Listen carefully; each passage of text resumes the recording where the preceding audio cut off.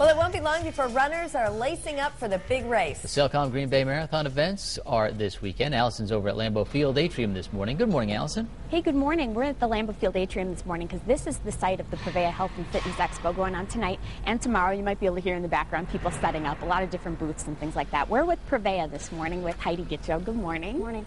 So there's going to be a lot of stuff going on here. Yes, there's all kinds of things. All the runners have to go through here at some point to pick up their packets for registration. They can shop, shoes, clothing. There's nutritional items. There's information on other races that are here. We do have talks for the courses, so if they want to double check and go through exactly how the course is laid out, we have 2 opportunities for them to do that. We have a strong first-timers program that will go through the ins and outs of things that they should and shouldn't do before the race and after the race. How cool. And Tammy and Mike are kind of demonstrating what you'll be doing at the Prevea booth. Yep. This year we're offering some tips on foam rolling. It's a great recovery item that people can do after the race. It's a very deep self-massage that people can do with the foam rolls. A lot of people can also do this before the race. Okay, that's a good idea. How's it feel, Tammy? Good. And there's a sign for the free injury consult clinic? Yes, we do have a couple tables that we'll have set up. We'll have physical therapists, athletic trainers, and other health professionals here doing some injury consults. So any last-minute tips on stretching that they need or last little aches and pains that you just want to get a quick check on before the race, we're here to offer that as well.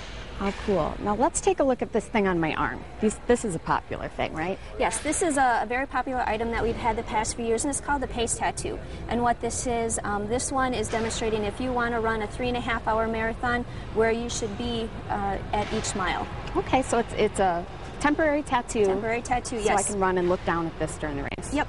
And then it also has a time, if you're running the half marathon too, the person can cut that off and then just put the top half of the tattoo on as well. And there's all different times. All different times. Yep, we have from 3 hours up to a 4:45 marathon.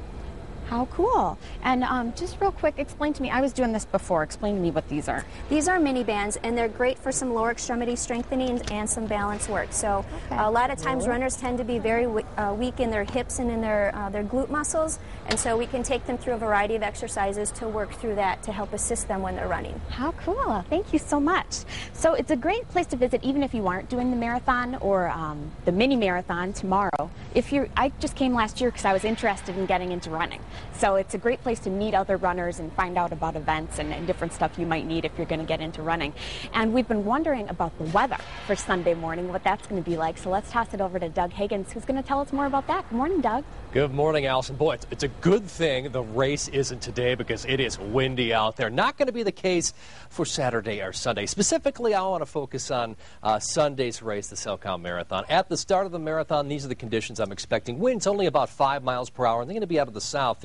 A temperature, a comfortable 52 degrees. Making your way to the 16-mile mark, just to the east of downtown De Pere, 55 degrees. Winds picking up to about 5 to 10 miles an hour. And the wall, the 20-mile marker, the temperature should be around 59 degrees. And the winds about 5 to 10 miles throughout the rest of the race. And by the time you finish up the 26.2 miles, that's just exhausting for me to say, 62 degrees with the winds continuing out of the southeast. So the only problem will be really the trip from Green Bay down to De Pere. That's where you're going to see a bit of a headwind. But again, just a bit of a headwind, nothing like we're seeing today. Pete and Rachel? Sounds pretty good. Thanks, Doug.